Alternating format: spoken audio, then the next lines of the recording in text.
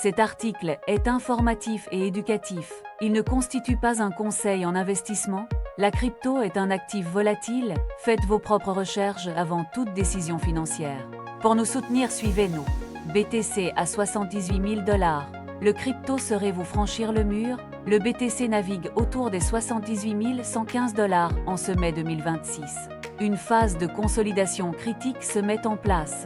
Cette zone de prix est le théâtre d'une bataille entre accumulation institutionnelle et pression vendeuse massive.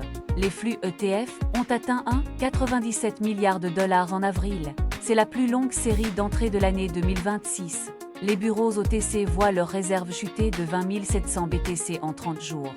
Un plus bas historique depuis mars 2025.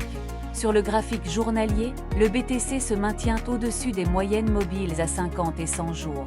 L'EMA à 21 semaines agit comme frontière entre marché haussier et hiver crypto.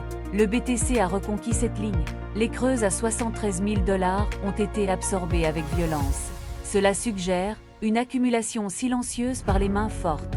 En 4 heures, une ligne de tendance baissière depuis 79 200 $ exerce une pression constante sur le prix.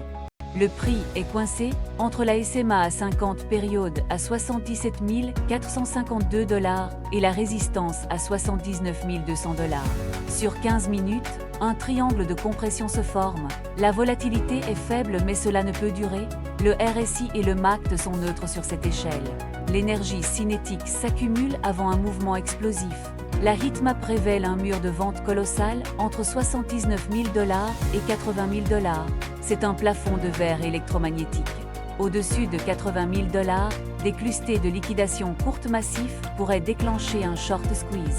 Les déverrouillages d'altcoins comme SUI et ENA représentent 670 millions de dollars de pression vendeuse ce mois.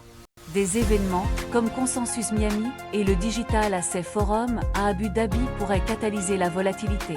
La demande est confrontée à un déficit structurel d'offres depuis le halving. Les mineurs retiennent leur BTC. Une pression vendeuse existe sur les liquidations courtes avec des pics à plusieurs millions de dollars sur 24 heures. Support clé, 76 000 $, 75 000 $ et 73 000 $. Résistance immédiate à 79 168 $.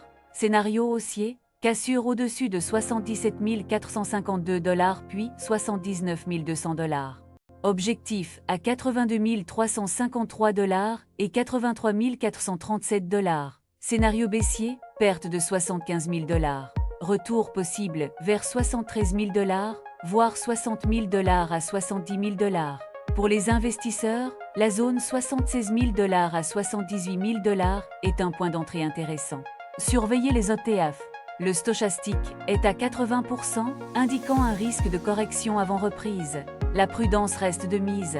Abonnez-vous pour recevoir nos analyses quotidiennes et restez informés des opportunités.